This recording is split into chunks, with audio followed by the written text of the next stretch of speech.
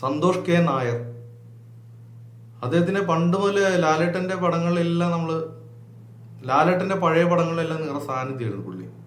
ലാലേട്ടന്റെ കൈയാളായിട്ടും കൂട്ടത്തിലുള്ള ആളായിട്ടും ഒക്കെ നല്ല സുമുഖനായിട്ടുള്ള, നല്ല ഫിറ്റ്നസ് ഉള്ള, നല്ല വിരിവുള്ള ഒരു ആക്ടറായിരുന്നു പുള്ളി.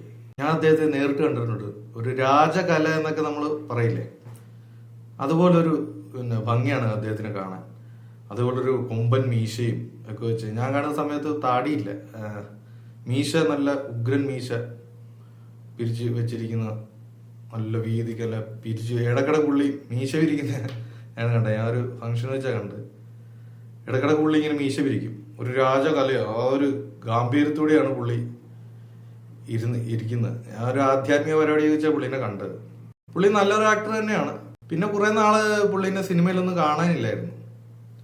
ഇപ്പൊ ഏറ്റവും പുതിയ സിനിമയായ മോഹിനിയാട്ടത്തിൽ പുള്ളി നല്ലൊരു റോൾ ചെയ്തിട്ടുണ്ട്.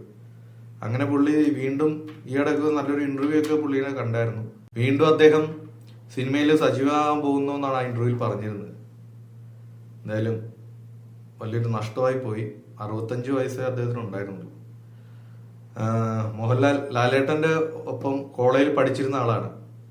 ലാലേട്ടന്റെ ജൂനിയർ ആയിരുന്നു. പിന്നെ കലാകാരന്മാരെ സംബന്ധിച്ചിടത്തോളം, പ്രത്യേകിച്ച് സിനിമയിലുള്ളവരെ സംബന്ധിച്ചിടത്തോളം അവർക്ക് മരണമില്ല എന്ന് തന്നെ നമുക്ക് പറയാം.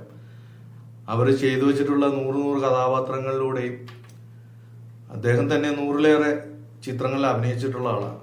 100 കഥാപാത്രങ്ങളിലൂടെ അദ്ദേഹം എന്നും ജനമനസ്സുകളിൽ ജീവിച്ചിരിക്കും. അദ്ദേഹത്തിന്റെ ആത്മാവിന് നിത്യശാന്തി നേരുന്നു.